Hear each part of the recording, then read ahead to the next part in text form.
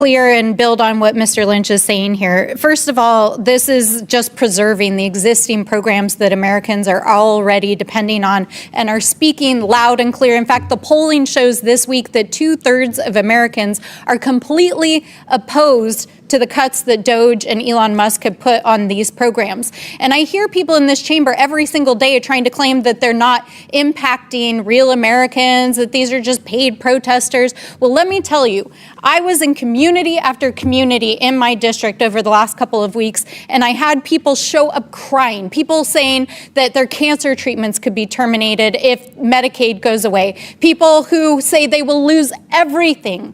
They will not be able to put a roof over their head or food on the table if these cuts go through. Welcome to Liberty Watchtower, your front row seat to the pulse of American politics. Here, we cut through the noise to bring you sharp, timely updates, in-depth analysis, and bold commentary on the issues shaping the nation. Whether it's breaking news from Capitol Hill or grassroots movements making waves across the country, Liberty Watchtower keeps you informed, engaged, and ready to think critically. Subscribe and stay tuned. Freedom starts with awareness.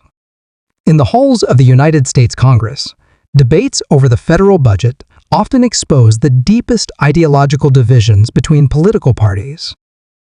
At the center of these debates lies the question, what kind of government should America have and who should it serve?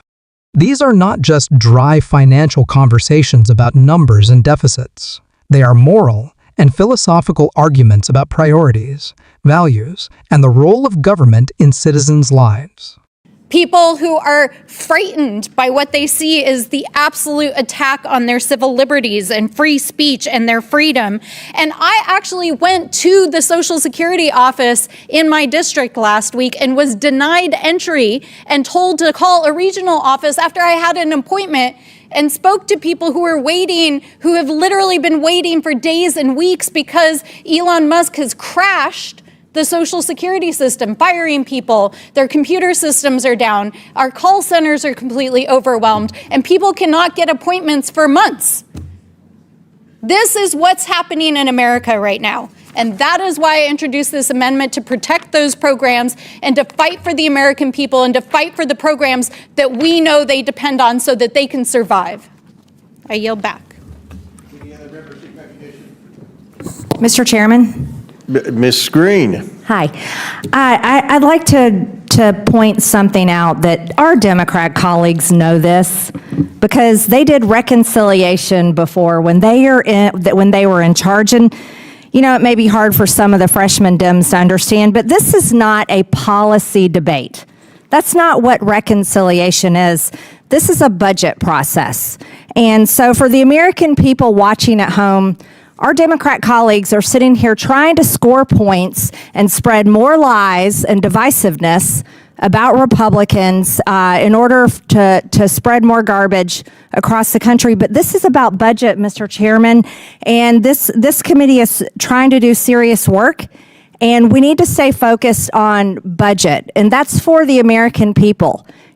The excerpt above comes from one such moment, a heated exchange during a Congressional committee hearing on a budget reconciliation bill.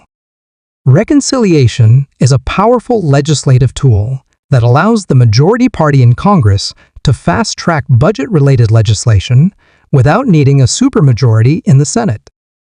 However, because it bypasses traditional debate and filibuster rules, it's often controversial and politically charged. In this hearing, Democratic lawmakers voiced passionate opposition to proposed cuts to key social programs such as Medicaid, Social Security, and other forms of public assistance.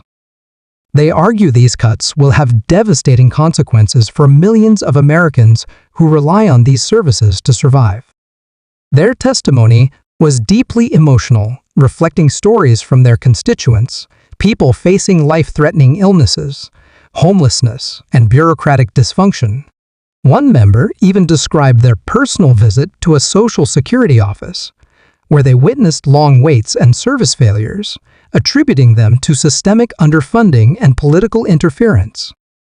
On the other side of the aisle, Republican lawmakers pushed back, insisting that the hearing was being misrepresented as a policy debate, when, in fact, it was a procedural discussion about budgetary rules.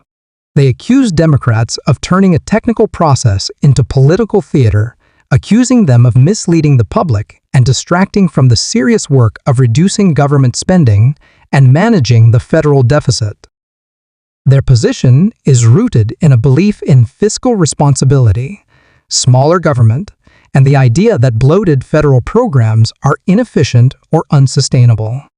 At the heart of this conflict lies a fundamental clash of worldviews. Democrats see government as a necessary support system, especially for vulnerable populations.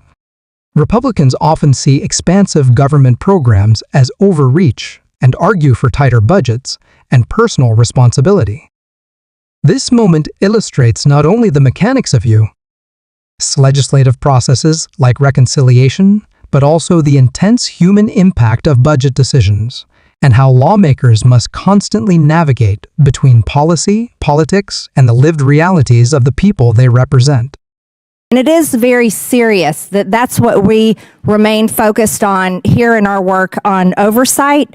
And the Democrats know that provisions must be carefully crafted because they did it before, and it has to be scored by CBO to be included in this budget bill. And that's what we're trying to do, Mr. Chairman. And I just wanted to point that out for the people watching at home so they are not swayed by this entertainment today. Thank you, Mr. Chairman. I yield back. Mr. Chairman.